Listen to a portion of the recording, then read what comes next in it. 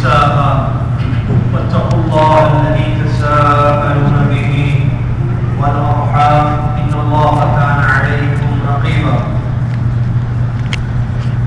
يا أيها الذين آمنوا اتقوا الله وقولوا قولا سديدا يصلح لكم أعمالكم ويغفر لكم ذنوبكم ومن يطع الله ورسوله فقد فاز فوزا عظيما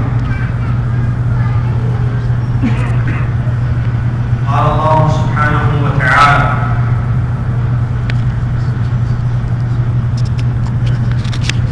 يا أيها الناس اذكروا نعمة الله عليكم هل من خالق غير الله يرزقكم من السماء والأرض لا إله إلا هو فأنى تؤفكون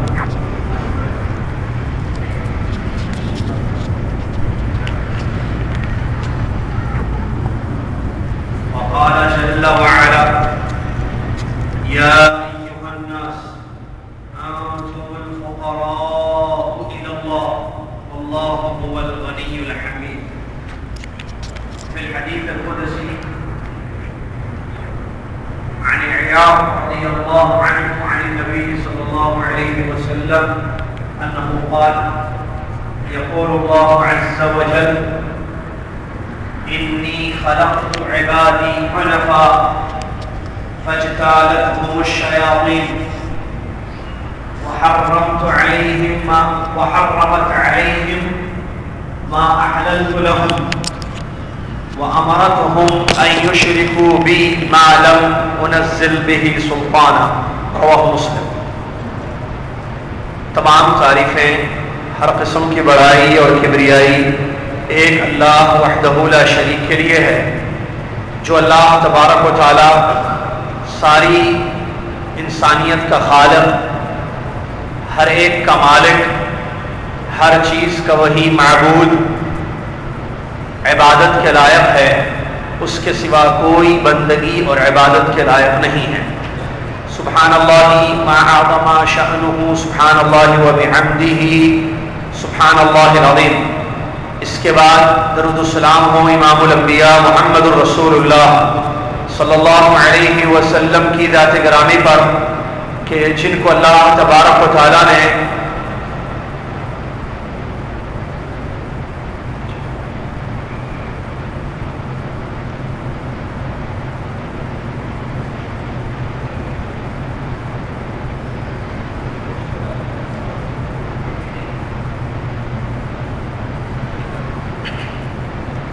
اللهم صل على محمد وعلى آل محمد كما صليت على إبراهيم وعلى آل إبراهيم إنك حميد مجيد.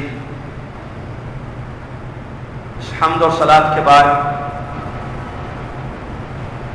آج 7 ذی القعدہ 1434 ہجری مطابق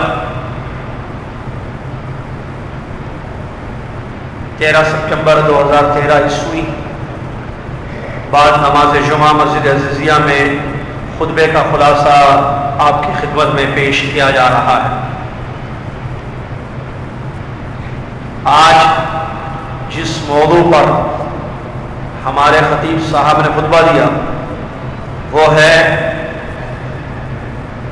تعلق باللہ کی ضرورت،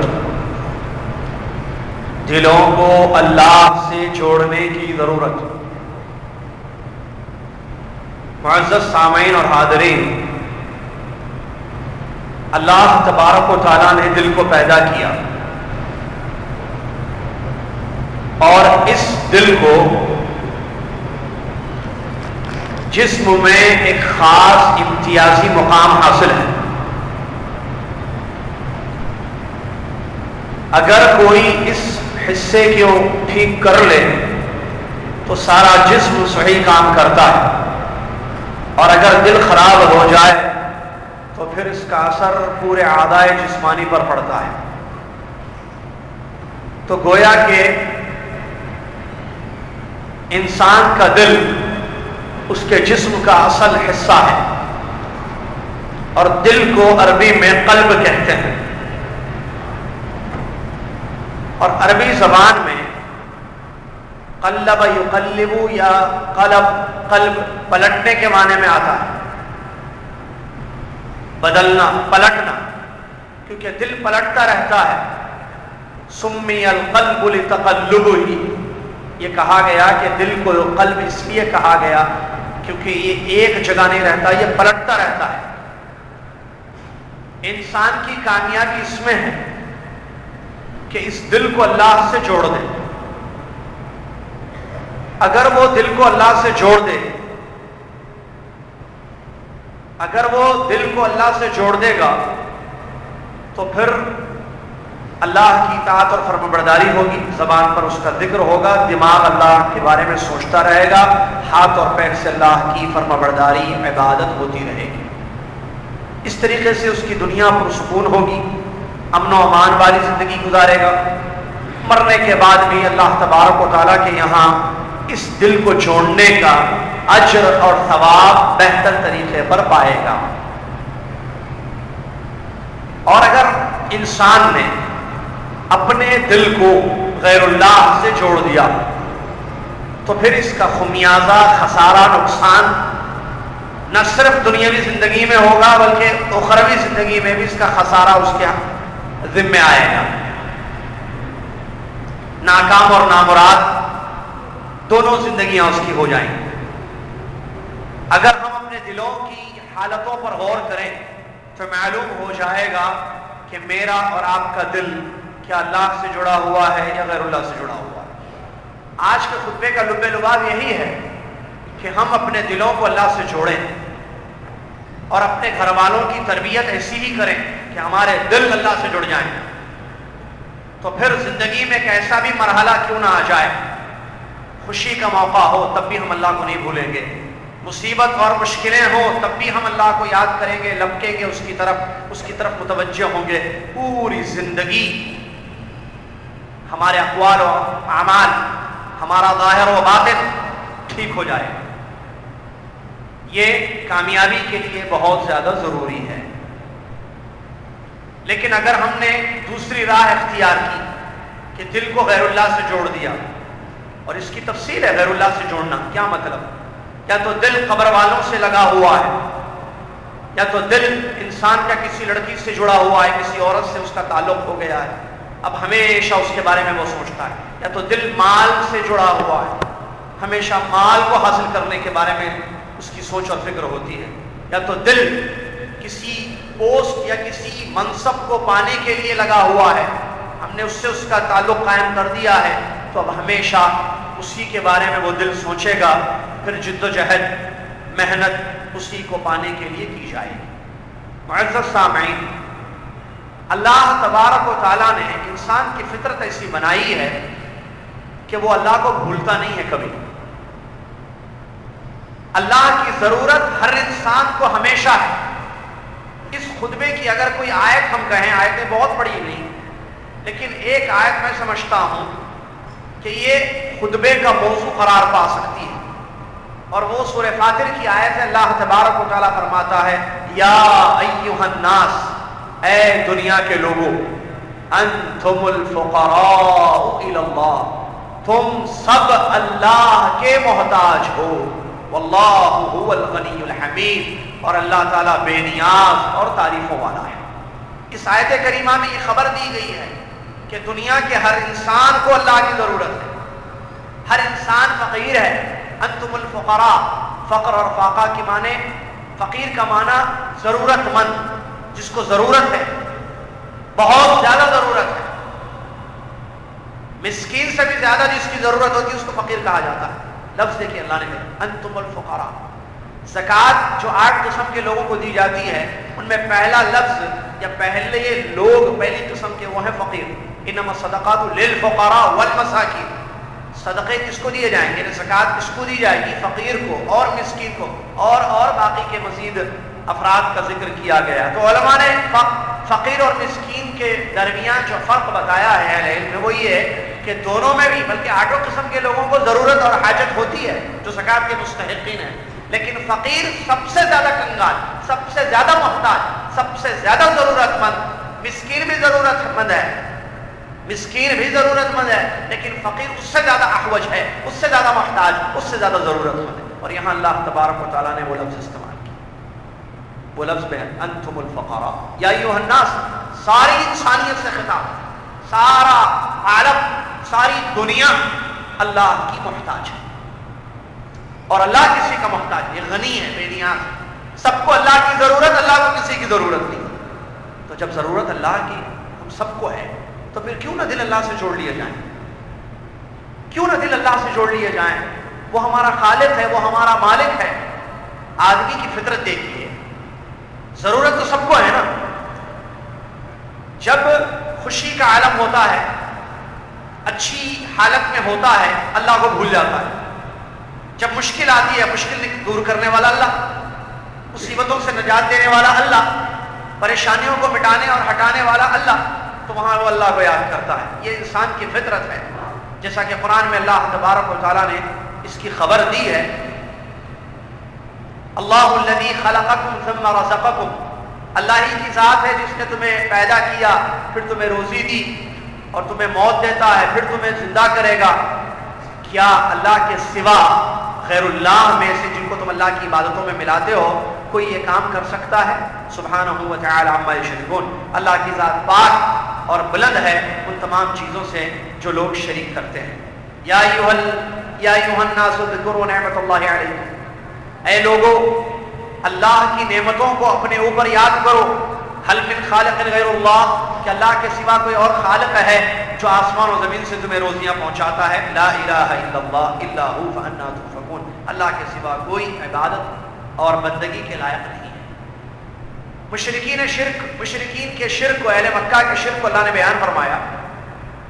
یہ جب کشتیوں میں سوار ہوتے، فَإِذَا رَكِبُوا فِي الْفُلْكِ، قرآن کی آیت، فَإِذَا رَكِبُوا فِي الْفُلْكِ دَعَوُا اللَّهَ مُخْلِصِينَ لَهُ الدِّينَ فَلَمَّا نَجَّاهُمْ إِلَى الْبَرِّ إِذَا هُمْ يُشْرِكُونَ اللہ، جب یہ کشتیوں میں سوار ہوتے، اور کشتیوں میں جب سوار ہوتے سمندروں پر، تو مصیبت آ جاتی، کشتی ڈوبنے لگتی، زندگی ختم ہونے کو ہوتی، اللہ یاد آتا ہے، کیونکہ ان کو پتا تھا اللہ ڈوبنے سے بچانے والا، اللہ ہلاکتوں سے بچانے والا ہے۔ اللہ کو یاد کرتے، اللہ کو پکارتے اخلاص کے ساتھ، اے اللہ تو ہی ہماری کشتی کو ہمیں نجات دے سکتا ہے، ڈوبنے سے بچا سکتا ہے، تیرے سوا کوئی ہمیں بچانے والا نہیں ہے۔ اللہ کو پکارتے پورے خلوص کے ساتھ۔ پھر آگے اللہ تبارک و تعالیٰ ان کی حالت بتاتا ہے۔ اللہ تعالیٰ جب ان کی زندگیوں کو نجات دے دیتا، بچا لیتا مرنے سے، فَإِذَا هُمْ يُشْرِكُونَ، اللہ کے ساتھ شرک کرتے ہیں۔ کیا معلوم ہوا آیت میں؟ انسان کی فطرت کہ اس کو اللہ کی ضرورت ہے، ہر حال مصیبت میں زیادہ محتاج ہو جاتا ہے۔ مصیبتیں ہٹانے والا صرف اللہ ہے اور کوئی نہیں ہے۔ اللہ کے سوا کسی چیز میں یہ طاقت نہیں ہے کہ وہ مشکلیں مصیبتیں دور کرے انسان کی۔ اور یہ پرانی آیات بھری پڑی ہیں اس سلسلے میں۔ اللہ تبارک و تعالیٰ ان کی حالت کو بتاتا ہے انسانوں کی، مکہ کے اہل مشرکین کی، کہ یہ جو سمندر میں سوار ہوتا، مصیبت ہوتی، کشتی ڈوبنے لگتی، پہنچے تو اللہ کو پکارتا۔ یہ مشرک مکہ کا اللہ کو پکارتا، اللہ سے مدد مانگتا، نجات مانگتا۔ اللہ جب نجات دے دیتا، اللہ کے ساتھ غیر اللہ کو شریک کرتا، شرک پھر ہوتا ہے۔ تو مشکل میں شرک، مشکل میں وہ ایک اللہ کو پکارتا، مشکلیں ختم ہو جاتی، اللہ کے ساتھ شریک۔ جبکہ ہر حال میں اللہ رب العالمین کی عبادت کرنی ہے، چاہے انسان کی زندگی میں پریشانی مصیبتیں آئیں یا انسان خوشحال زندگی گزارے، اس کا دل اللہ سے جڑا ہوا رہنا چاہیے، اللہ کو پکارنا چاہیے۔ اور یہ سب کیوں ہوا؟ یہ جو غیر اللہ سے دل جڑنے لگے اور غیر اللہ کی عبادت ہونے لگی، غیر اللہ کا ذکر ہونے لگا، وہ اللہ کا حق نعوذ باللہ من ذلک غیر اللہ کو دینے لگے، اور کائنات کا سب سے بڑا ظلم دنیا میں آیا۔ اس کے پیچھے شیطان ہے سب سے پہلے، جیسا کہ صحیح مسلم میں حدیث قدسی میں اللہ کے نبی صلی اللہ علیہ وسلم نے بات بیان فرمائی ہے۔ حدیث قدسی عیاض رضی اللہ عنہ فرماتے ہیں کہ نبی علیہ السلام نے ارشاد فرمایا، اللہ تعالیٰ فرماتا ہے حدیث قدسی، انی خلقت عبادی حنفاء، بے شک میں نے اپنے بندوں کو حنفاء، توحید والے پیدا کیا، خالص اللہ کی عبادت کرنے والے، حنفاء حنیف کی جمع ہے۔ حنیف کا لفظ قرآن میں بھی استعمال ہوا ہے ابراہیم علیہ السلام کے لیے۔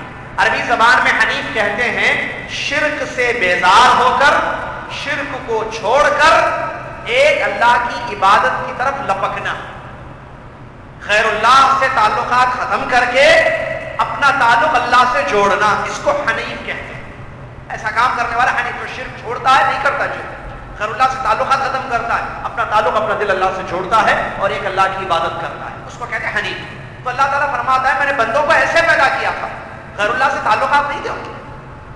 میں نے انسانوں کو جب پیدا کیا تو وہ ایک اللہ کی عبادت کرنے والے، فَاجْتَالَتْهُمُ الشَّيَاطِينُ، تو شیطانوں نے ان کو گمراہ کر دیا۔ وَحَرَّمَتْ عَلَيْهِمْ مَا أَحْلَلْتُ لَهُمْ، تو میں نے جو میرے بندوں کے لیے حلال کیا تھا شیطانوں نے ان پر اس کو حرام کر دیا۔ وَأَمَرَتْهُمْ أَن يُشْرِكُوا بِي، اور ان شیطانوں نے انسانوں کو حکم دیا کہ میرے ساتھ شرک کریں، ایسا شرک، وہ شرک کہ جس کی کوئی دلیل میں نے نہیں اتاری ہے۔ یہ حدیث قدسی ہے جس سے یہ بات معلوم ہو رہی ہے کہ شیطان انسان کو شرک کی دعوت دیتا ہے، فطرت قبول نہیں کرتی ہے شرک کو۔ آپ سوچئے، دیکھیے، اللہ کے سوا کوئی مدد کر سکتا ہے؟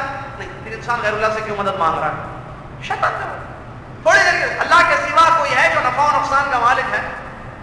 آج انسان، اللہ تعالیٰ انسانوں کے بارے میں، بلکہ نبیوں کے بارے میں اللہ نے قرآن میں فرمایا، وقت نہیں ہے کہ تفصیل میں جاؤں میں، قرآنی آیات موجود ہیں جہاں اللہ تبارک و تعالیٰ نے یہ خبر دی ہے کہ نبی اپنی نفس کے لیے نفع و نقصان کے مالک ہے۔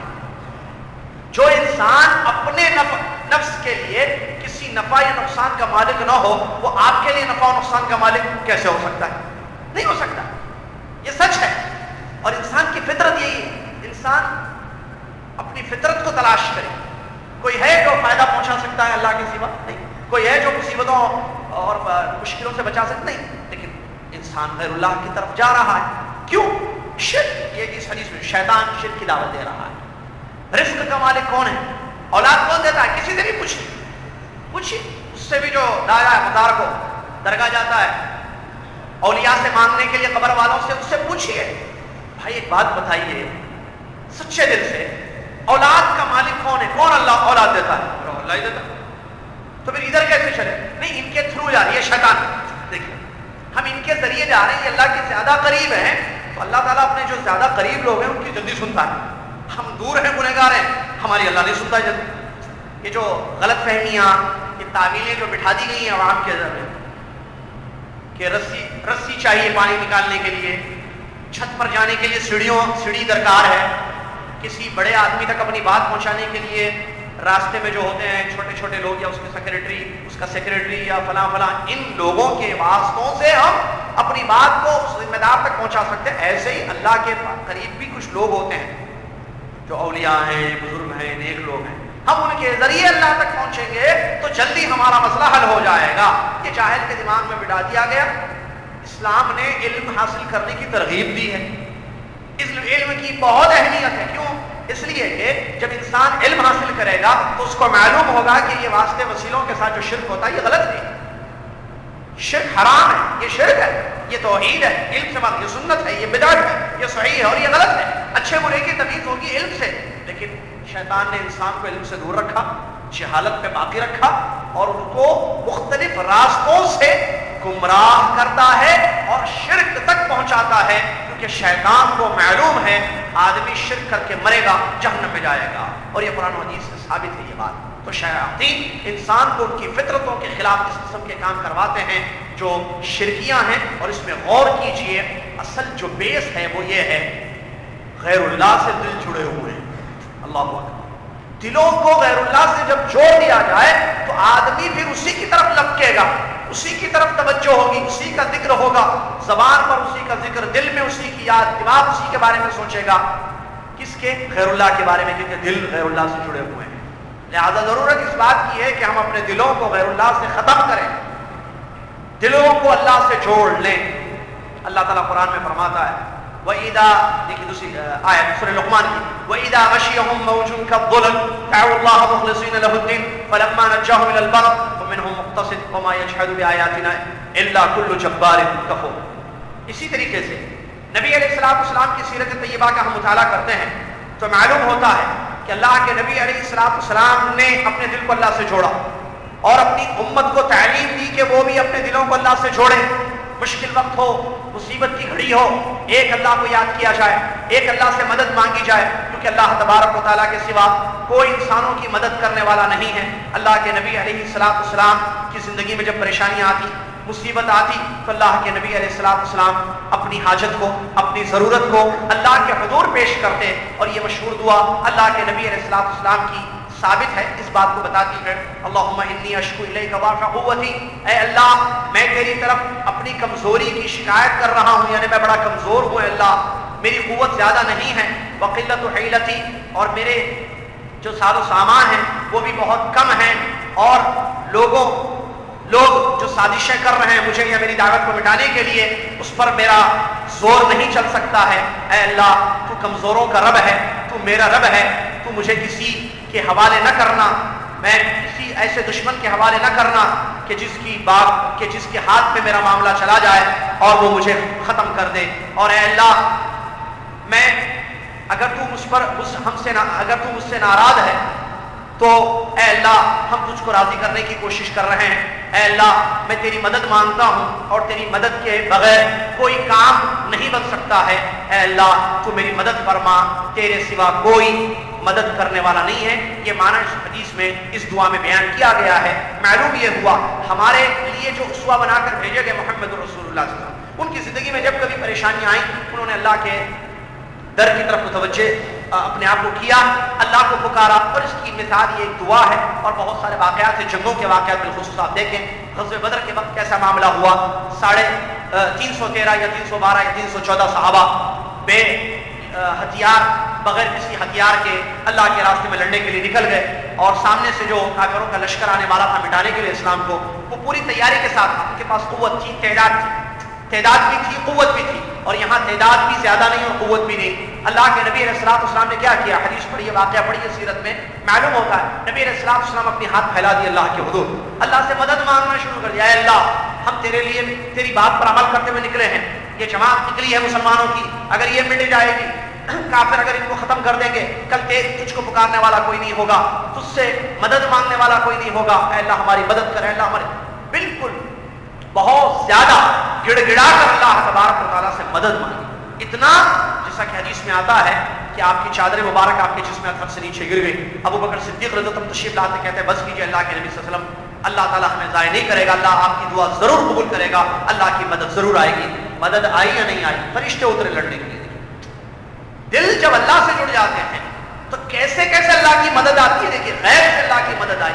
آج کیا ہے مسلمانوں کا حال؟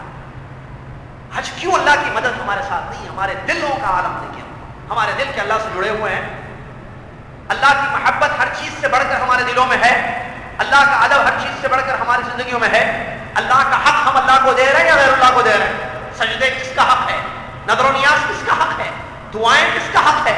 نمازیں، دعائیں کس سے کرنی چاہیے؟ مدد کس سے مانگنی چاہیے؟ اولاد، رزق کس سے طلب کرنا چاہیے؟ اللہ سے. کیا یہ دنیا کے مسلمان آج یہ کام کر رہے ہیں؟ اللہ کا حق اللہ کو دے رہے ہیں؟ نہیں. شرک کے بازار گرم ہے، ہر جگہ شرک. دل اللہ سے جڑے ہوئے ہیں، ہم غیر اللہ سے ڈرتے ہیں، اللہ سے نہیں ڈرتے. ہماری امیدیں، ہمارے تعلقات یا ہماری چیزیں غیر اللہ سے وابستہ ہیں. ہم سمجھتے ہیں ہم نے ان کو یہ کام دے دیا، یہ کام اب ہوگا. ہم اللہ کو نہ پکارتے ہیں نہ اللہ سے مدد. اسباب اپنانا غلط نہیں ہے، اسباب اپنا کر نتیجہ اللہ کے حوالے کرنا ہے. اصل کاموں کو بنانے والا اللہ تعالیٰ ہے. لیکن ہمارا حال دلوں کا یہ ہے کہ ہم لوگوں سے، چیزوں سے، دنیاوی اشیاء سے ایسے لگ گئے ہیں کہ پورا کامل بھروسہ انہی چیزوں پر ہے. اللہ پر کوئی ہمارا توکل نہیں ہے، اللہ سے کوئی تعلق قائم نہیں ہو گیا. تو آپ آدمی دیکھیے، کوئی بھی کام، آپ کو جاب چاہیے، آپ کی بچی کی شادی کا مسئلہ ہے، آپ بیمار ہیں، تو غیر اللہ سے ہمارا تعلق ہے. دعائیں کتنی ہم کر رہے ہیں، اللہ کو کتنا پکار رہے ہیں، اور غیر اللہ جو اسباب ہیں اس سے ہمارے تعلقات کیا ہیں. اسباب کو ہم نے گویا کہ سب کچھ سمجھ لیا اور مسبب الاسباب کو ہم بھول گئے. ہم سمجھتے ہیں خلاص ہم نے پیسہ دے دیا یہاں پر، اور یہ بہت مشہور ڈاکٹر ہیں، اب یہ بہت مشہور سرجن ہیں، یہ ضرور ہمارے بچے کا علاج کریں گے. ہم نے جو ہے کاغذات لوگوں کو دے دیے ہیں اور ہم سمجھ رہے ہیں کہ یہ ضرور رشتے لائیں گے ہماری بچی کے لیے کیونکہ انہوں نے فلاں شادیاں کروائی ہیں، اب ہمارا تعلق اس سے اتنا گہرا ہو گیا ہے، ہم سمجھ لیے اب تو یقیناً ہماری بچی کی شادی ہونے والی ہے، بہت جلد ان کی طرف سے کوئی بہترین رشتہ آئے گا اور ہماری بچی کا مسئلہ حل ہو گیا۔ نہ دعائیں ہیں، نہ دل اللہ سے جڑے ہوئے ہیں۔ اللہ ہے اصل کون ہے جو کاموں کو کرتا ہے؟ کل یوم هو فی شان سے رحمان، اللہ کے ہاتھ میں سب کچھ ہے۔ مالک کون ہے؟ بادشاہ کون ہے؟ سب کچھ کس کے ہاتھ میں ہے؟ اللہ کے ہاتھ میں۔ اس کو ہم بھول گئے۔ کیوں بھول گئے؟ کہ دل اللہ سے جڑے ہوئے نہیں۔ میجر مسئلہ یہی ہے سب زندگیوں میں ہماری، یہی مسئلہ ہے۔ دیکھیے اپنی حالات دیکھیے، ابھی جائیں خطبے کے بعد بھی جائیں، شام میں جائیں، سوچیں کیا ہو رہا ہے ہماری زندگی میں، میرے دل کس سے لگے ہوئے ہیں؟ اچھا دل اللہ سے جڑے ہوئے کب رہیں گے؟ جب اللہ تبارک و تعالیٰ کے ساتھ ہمارے دل اللہ تعالیٰ کے ساتھ کیسے جڑ جائیں گے؟ جب اس کی کتاب کو ہم پڑھیں گے، اس کی نشانیوں پر غور کریں گے، اس کی باتیں سنیں گے، اس کے بعد اس نے جو کیا ہے قوموں کے ساتھ وہ سب پڑھیں گے، تو ایسی صورت میں ہمارے دل جڑ جائیں گے۔ لیکن ہماری زندگی کیا ہے؟ ہمارے گھروں میں ٹی وی بج رہی ہے صبح شام، ٹھیک ہے، فلمیں، گانے، نعوذ باللہ من ذالک۔ دل کیسے جڑے؟ نہ قرآن کی تلاوت گھر میں، نہ اللہ کا ذکر ہو رہا ہے۔ دلوں میں اللہ کی محبت پیدا کرنے کے لیے، اللہ تبارک و تعالیٰ سے تعلقات مضبوط کرنے، اللہ تعالیٰ سے جو چیز جوڑنے والی ہے، مثال مسجد ہے، 5 وقتہ نمازوں کی پابندی ہوگی اور نماز ویسی پڑھی جائے گی جیسے اللہ چاہتا ہے، دل اللہ سے جڑیں گے۔ اللہ کی کتاب ہے یہ، جس کو کلام اللہ کہتے ہیں، قرآن مجید ہے نا، یہ کلام اللہ، یہ پڑھیں گے صبح شام تو اللہ سے دل جڑیں گے۔ اللہ کی نشانیوں پر غور کریں گے تو دل اللہ سے جڑ جائیں گے۔ اللہ تبارک و تعالیٰ کی عظمت کو ہم غور کریں گے، دیکھیں گے، پڑھیں گے حدیثوں میں کیسے نبی صلی اللہ علیہ وسلم نے اللہ کی عظمتوں کو بیان فرمایا ہے، تو اللہ سے دل ہمارے جڑیں گے۔ لیکن ان سب چیزوں سے دور ہماری روٹین لائف جو ہے وہ دنیا میں اتنی پھنسی ہوئی ہے، یا دنیا سے اتنی جڑی ہوئی ہے، نعوذ باللہ من ذالک، کہ ہمارے دلوں سے اللہ کا تعلق ختم ہو گیا، غیر اللہ سے ہمارا تعلق جڑ گیا ہے۔ شادی، مال، ٹھیک ہے، بچی سے شادی کرنا، لڑکی سے شادی کرنا، مال کمانا، کھیلنا، گھر بنانا، یا اپنی جائز خواہشات کی تکمیل کے لیے جدوجہد کرنا، یہ سب دنیاوی چیزیں ہیں، ختم ہونے والی ہیں۔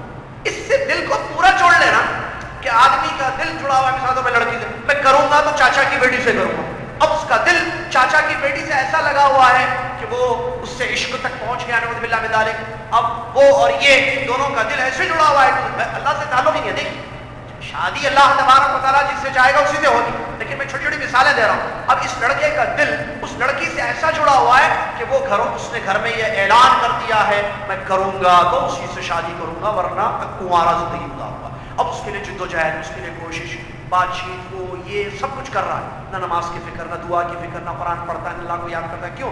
کہ دل لڑکی سے جڑا ہوا ہے، اور یہ بہت بڑا مسئلہ ہے، بہت بڑا۔ اب اس کے لیے ماں باپ کے حق تلفی ہو رہی ہے، ماں باپ کے ساتھ ظلم ہو رہا ہے، گھر چھوڑنے تیار ہو رہا ہے، لڑکی کو لے کے بھاگنے تیار ہو رہا ہے، لڑکی اپنے ماں باپ کو چھوڑ کر بھاگنے کے، اس طرف بھی یہی مسئلہ ہے، وہاں بھی دل ادھر سے جڑا ہوا ہے۔ تو جب دل سے جڑا ہوا ہے تو وہ سوچتی ہے کہ شیطان بھٹکا رہا ہے، پھر نہیں تم ایسے کرو، تمہارا چونکہ یہ تمہاری خواہش ہے کہ تمہاری شادی فلاں لڑکے سے ہو جائے، اب اسی کے لیے جدوجہد ہو رہی ہے، اس کے لیے وہ بھاگنے تیار ہو جاتی ہے، اس کے لیے جو ہے وہ ہر قسم کے حدود کو تجاوز کرنے کے لیے تیار ہو جاتی ہے۔ باپ کو ناراض کرنے وہ تیار ہے، ماں کو ناراض کرنے تیار ہے، بھائی کی ماریں کھانے کے لیے، بھائی کی مار کھانے کے لیے وہ تیار ہے، لیکن اپنی جو دل کی خواہش ہے اس کی تکمیل کے لیے یہ سب کچھ برداشت کرتی ہے تاکہ جو ہے اس کی شادی اس سے ہو جائے۔ یہ کیا ہے؟ یہ اس جیسی اور بھی بہت ساری مثالیں ہیں۔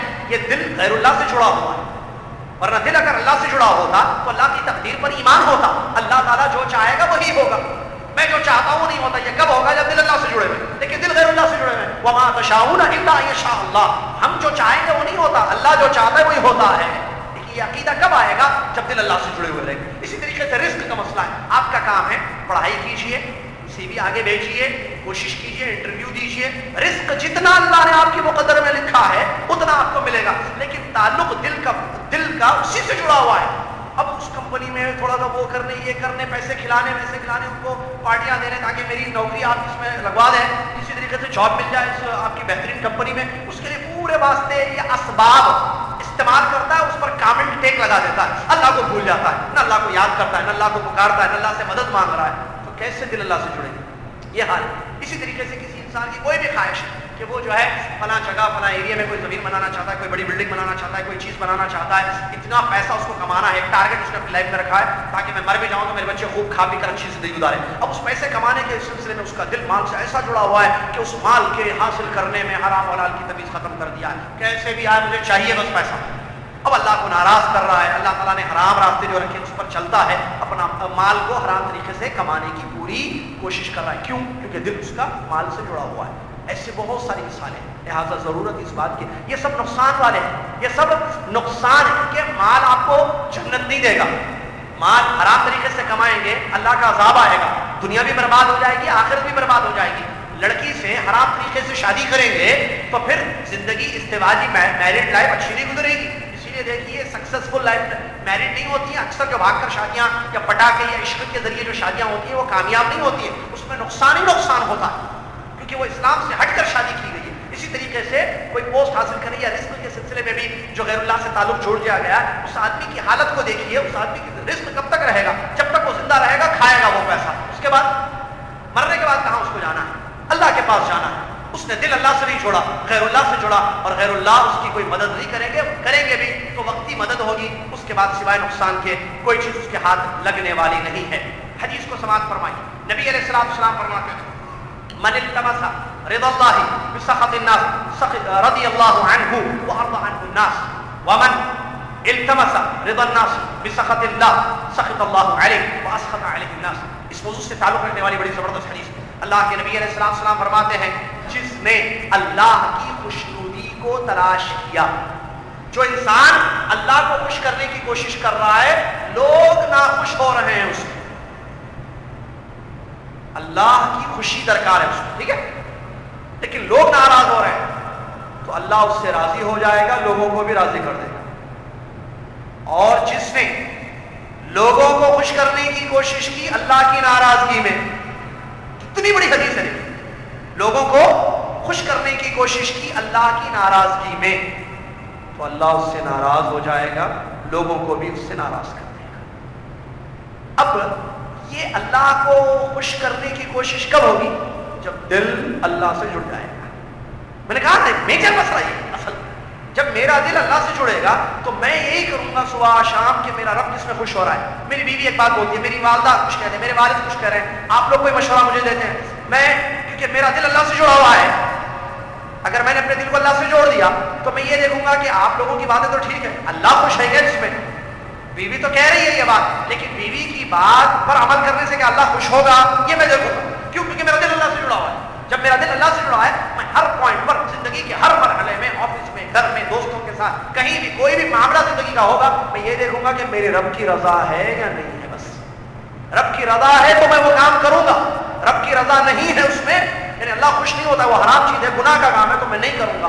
اس سے آپ ناراض ہو جائیں گے, اتنا اچھا مشورہ دیے تھے, بولے تھے یہ راستہ ہے بھائی, اس راستے سے چلے جاؤ, لیکن سنے نہیں. پہاڑ سے چلے جاؤ, مکہ پہنچ جائیں گے, تسلی اسری اپنی جگہ ہے, مسئلہ سنے نہیں. بہت سمجھائے, کوئی بھی مثال دیجیے, ناراض ہو جائیں گے. بیوی ناراض ہو جائے گی, آپ مجھ سے محبت نہیں کرتے, میں اتنا بولی, اتنا سمجھے, آپ سنیں. کیوں نہیں سنے؟ کیونکہ اس میں اللہ کی ناراضگی تھی. بیوی ناراض ہو گئی, بچوں کو بولتے چھوڑو, پپا آپ کے نہیں ہے, بابا آپ اچھے نہیں, بابا گندے بابا ہے, چھوڑ دو بابا. بچے بھی ناراض ہو رہے ہیں, پھر بیوی سے جڑے ہوئے رشتے بھی ناراض ہو رہے ہیں, لوگ تو ناراض ہو گئے نا. آپ نے کیا کیا؟ اپنے رب کو خوش کیا, تو اللہ تو خوش ہوگا کیونکہ اللہ کو خوش کیا. اب یہ جو بیوی بچے یہ لوگ ہیں, اللہ ان کو بھی خوش کر دے گا کیونکہ ان کا بھی مالک اللہ ہے. حدیث کے الفاظ حدیث میں فرماتے ہیں ساری دنیا والوں کے دل اللہ کے 2 انگلیوں کے درمیان ہے, جیسے چاہے پلٹتا ہے. آج ناراض ہے وہ آپ سے, لیکن کل راضی ہو جائیں گے, کہیں گے جو بھی ہو ہمارے داماد یا ہمارا بیٹا یا ہمارے شوہر جو ہے دین پر چلے. میں ناراض ہو گئی تھی اس وقت, غلط بات تھی. صحیح بات تو یہی ہے کہ وہ حق پر تھے کیونکہ اس میں گناہ تھا, میں جو ان کو بات بتا رہی تھی, اللہ یہ ہے. لیکن اس کے برخلاف جو عام طور پر ہوتا ہے, چاہے وہ شادی بیاہ کے مسئلے میں ہو ایک, یا تعلقات جاب وغیرہ کے مسئلے میں 2, یا دوستوں کے ساتھ جو زندگی ہوتی ہے اس میں ہو, یا آفس کی لائف ہو جو کل پرسوں ہوگی آپ کی آفس لائف میں, عام طور پر کیا ہوتا ہے, آدمی پبلک کو خوش کرنے کی کوشش کرتا ہے. بھائی مجھ سے سب خوش رہنا, ٹھیک ہے, اور اس میں ذہن میں رکھیے اگر پبلک کی خوشی میں اللہ کی ناراضگی ہے, یعنی آپ لوگ مجھ سے ایک ایسی چیز کا مطالبہ کر رہے ہیں کہ جو اللہ نے میرے لیے حرام کیا, میرے لیے, آپ کے لیے, سب کے لیے, گناہ کا کام ہے. لیکن عام طور پر انسان چونکہ اس کا دل غیر اللہ سے جڑا ہوا ہے، لوگ میرے ہم لوگ سب اچھے رہے، سب لوگ مجھ سے خوش رہے، بس اس کی جدوجہد اس کو رہتی ہے کیونکہ اس کا تعلق غیر اللہ سے ہے. تو وہ لوگوں کو خوش کرنے میں اللہ کو ناراض کر دیتا ہے. اس کا انجام کیا ہوتا ہے؟ سخط اللہ علیہ واسخط علیہ الناس، اللہ تعالیٰ اس سے ناراض ہو جاتا ہے، لوگوں کو بھی جو آج اس سے خوش ہیں کل ناراض کرتا ہے. لہٰذا ہمیشہ آدمی اس چیز کی فکر میں رہے کہ رب کس چیز سے راضی ہو رہا ہے. بس جس میں اللہ کی خوشی ہے اس میں اگرچہ آپ کے ماں باپ، آپ کی بہنیں، آپ کے بھائی، آپ کی بیوی، آپ کے بچے، آپ کے دوست ناراض ہو رہے ہیں، ہونے دیجیے ناراض، پرواہ مت کیجیے ان کی ناراضگی کی. اللہ ناراض نہ ہو یہ دیکھیے، بس اللہ راضی ہو جائے، اس میں فائدہ ہی فائدہ انشاءاللہ.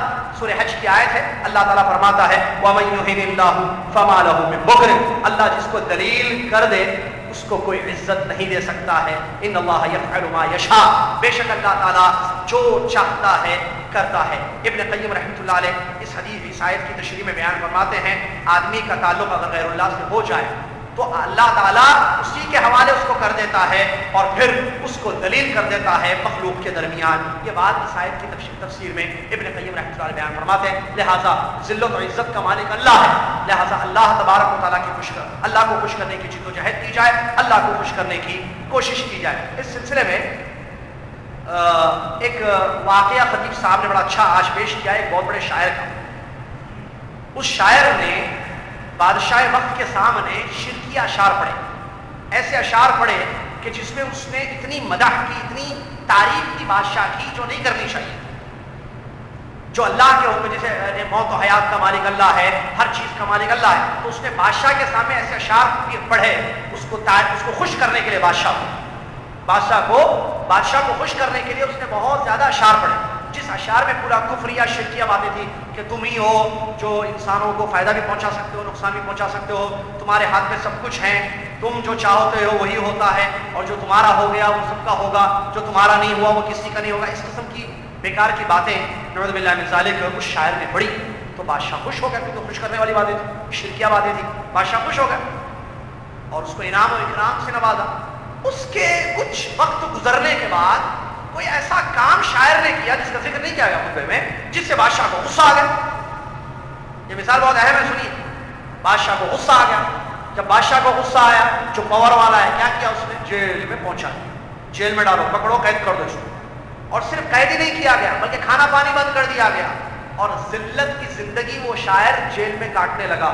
وہاں اس کو احساس ہوا اور وہاں اس نے وہ شعر پڑھے جو پہلے پڑھنا چاہیے تھا.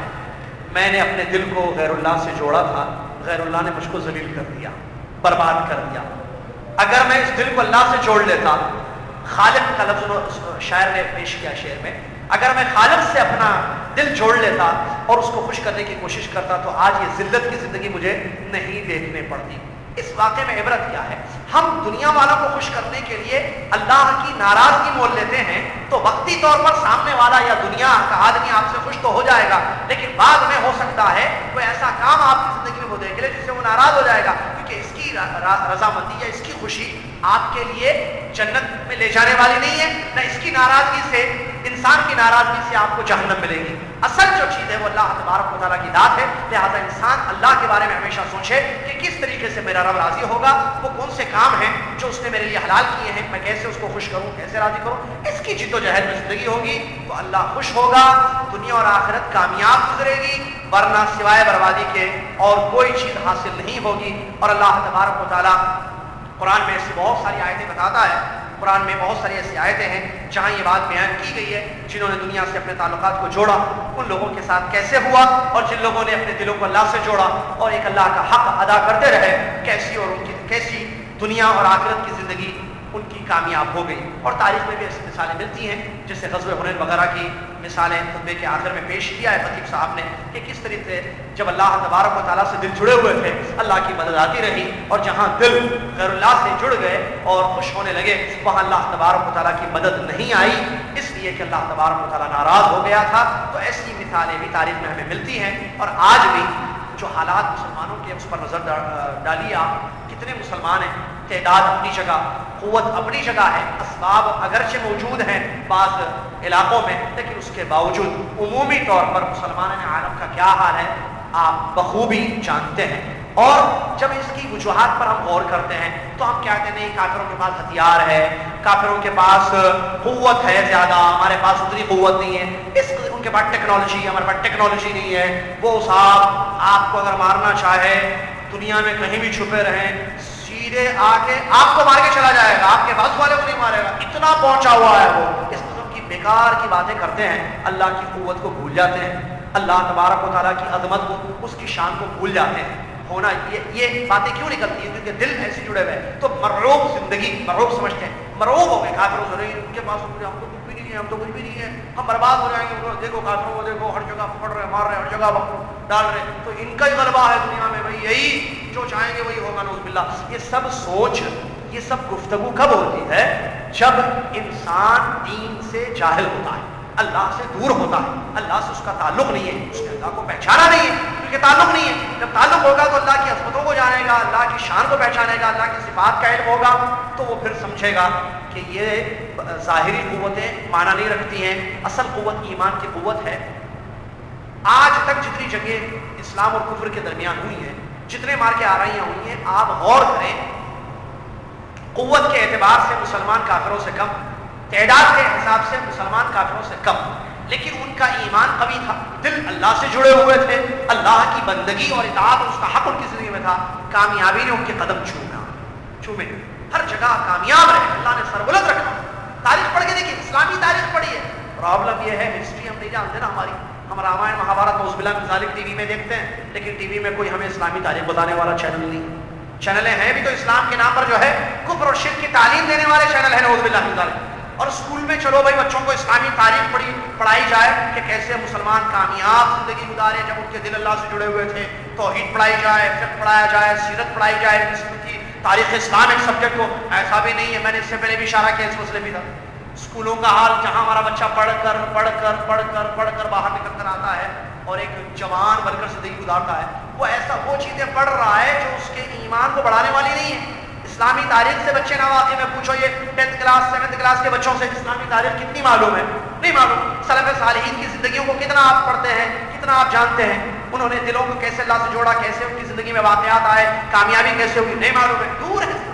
تو پھر جو غلط تعلیم ہو رہی ہے نعوذ باللہ من ذالک، تو اس سے اثر تو پڑے گا زندگیوں پر، تو ایمان کمزور کیونکہ علم سے دور ہے، اور ہمارا اللہ سے تعلق کمزور ہو گیا ہے، اللہ کا حق ہماری زندگیوں میں نہیں رہا ہے، نہ اللہ کی بندگی ہے، توحید اور شرک کے درمیان فرق ہمیں نہیں معلوم، سنت اور بدعت کے درمیان فرق ہمیں نہیں معلوم ہے، طہارت کس سے ٹوٹ جاتی ہے ہمیں نہیں معلوم ہے، عمرہ اور حج کے بنیادی مسائل ہم نہیں جانتے، اسلام کے ارکان سے ہم ناواقف، ایمان کے ارکان سے ہم ناواقف ہیں۔ یہ سب حال کیوں ہے؟ کہ دل اللہ سے جڑے ہوئے نہیں ہیں۔ تو ضرورت اس بات کی ہے کہ ہم اپنے دلوں کو اللہ سے جوڑیں اور ایسی چیزیں اپنے گھروں میں رکھیں کہ جس سے اللہ سے ہمارے گھر والوں کے دل بھی جڑ جائیں، اور یہ ذہن میں رکھیں، یہ اصل چیز ہے۔ پیارے نبی علیہ السلام نے حدیث میں کیا فرمایا کہ سن لو، تمہارے جسم میں اللہ نے ایک ٹکڑا رکھا ہے، اگر وہ درست اور صحیح تو سارا جسم صحیح کام کرتا ہے، اگر اس ٹکڑے میں خرابی پیدا ہو جائے، بخاری کے حدیث ہے، تو سارا جسم خراب ہو جاتا ہے، وہ دل ہے۔ اس دل میں جب اللہ سے تعلق ہوگا، اللہ کی محبت بیوی سے، بچوں سے، لڑکی سے، پیسے سے، دنیا سے، کرسی سے زیادہ ہوگا۔ جب اس دل سے تعلق ختم ہو جائے گا تو پھر غیر اللہ سے دل جڑ جائے گا، جب غیر اللہ سے دل جڑ جائے گا تو سارے نقصان والی چیزیں زندگی میں آئیں گی جو ہو رہا ہے حرام چیز۔ ہم اپنے بچوں کی تربیت کے سلسلے میں اس بات کا خاص خیال رکھیں، اپنی بیوی کی بھی تربیت کی جاتی ہے، جی ہاں کرتے ہیں، یا تو بیوی شوہر کی تربیت کرتی ہے، شوہر بیوی کی کرتا ہے، لیکن یہ تربیت اگر اسلامی ہوگی، دینی ہوگی تو کامیاب ہوگی۔ تو تربیت کریں تو دلوں کو اللہ سے جوڑیں، جو پیارے نبی صلی اللہ علیہ وسلم نے کام کیا، صحابہ کے دلوں کو اللہ سے جوڑ دیا، اس کا نتیجہ آپ دیکھیں صحابہ کی زندگیاں کیسے بدل گئی، پہلے کیا تھے بعد میں کیا تھے۔ اسلام سے پہلے صحابہ کی زندگیوں کو دیکھیے، اسلام کے بعد کی صحابہ کی زندگی کو دیکھیے، صحابہ اسلام لے کر آئے نا، تو اس سے پہلے جو کفر اور شرک میں تھے کیا حال تھا، جب کفر اور شرک سے ہٹ گئے، پیارے نبی صلی اللہ علیہ وسلم نے صحابہ کے دلوں کو اللہ سے جوڑ دیا، تو پھر ان کی زندگیوں کو دیکھیے، ان کی فتوحات کو دیکھیے، ان کی کامیابیوں کو آپ دیکھیے۔ یہ ہمارے نبی صلی اللہ علیہ وسلم نے اپنی امت پر احسان کیا، ان کی ویسی تربیت کی۔ آج مربیوں کو چاہیے، علماء کو، خطباء کو چاہیے، یا ذمہ داروں کو، گھر کے والدین کو چاہیے کہ پیارے نبی صلی اللہ علیہ وسلم کے نقش قدم پر اپنی اولاد کی، اپنے بچوں کی تربیت کریں، ان کے دلوں کو اللہ سے جوڑیں۔ اصل یہ اندر پرابلم ہے نا، اس وجہ سے پورا ظاہر خراب ہو چکا ہے، اندر جڑاوا نہیں ہے اللہ سے، اور بڑی اچھا قول ابن قیم رحمۃ اللہ علیہ کا تقریباً ہے، کہتے ہیں تعجب ہوتا ہے مجھے ایسے انسان پر جو اپنی ظاہری صفائی کی پوری کوشش کرتا ہے، آنکھ میں میل ہے تو فوراً صاف کر لے گا، کان خراب ہو جائے، ظاہری صفائی کی مکمل کوشش کی جاتی ہے، اندر دل خراب ہو گیا ہے، گندا پلید ہو گیا ہے، اس کی طرف کوئی توجہ نہیں دی جاتی۔ دلوں کو اللہ سے جوڑنا یہ اس کی پاکیزگی ہے، لہٰذا ہم اللہ سے اپنے دلوں کو جوڑ لیں، اسی میں ہماری بھلائی اور فائدہ ہے، دنیا میں بھی آخرت میں بھی۔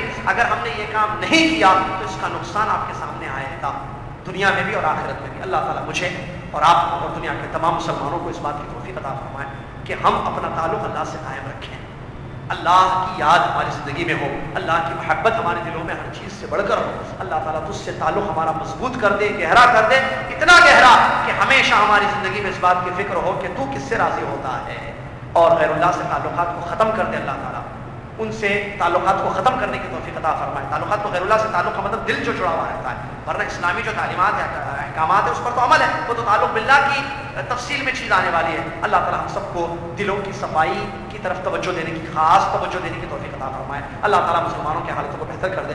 اللہ تبارک و تعالیٰ مسلمانوں کی زندگی میں جو پریشانیاں آئی ہوئی ہیں ان پریشانیوں کو دور کر دے۔ جو بچیاں شادی کے لیے بیٹھی ہوئی ہیں گھر میں، عمریں ان کی بڑھتی جا رہی ہیں، شادیاں نہیں ہو رہی، اللہ تعالیٰ ان کی شادیوں کا بندوبست کر دے اور ہمیں توفیق دے کہ تجھ سے ہم مدد مانگیں ہر اپنے پرابلم میں۔ جو بے روزگار ہیں اللہ تعالیٰ ان کو روزگار پہ لگا دے، جو اولاد سے محروم ہے اللہ تعالیٰ ان کو صاحب اولاد بنا دے، اور جہاں کہیں مسلمان بھائی پریشان ہیں، مظلوم ہیں، ستائے ہوئے ہیں، ستائے جا رہے ہیں، اللہ تعالیٰ ان کی غیب سے تو مدد فرما دے، اور اللہ تبارک و تعالیٰ ہم سب کو ایک پلیٹ فارم پر جمع ہو کر ایک جہدی کے ساتھ تیری بندگی، تیری عبادت کرنے کی توفیق عطا فرمائے۔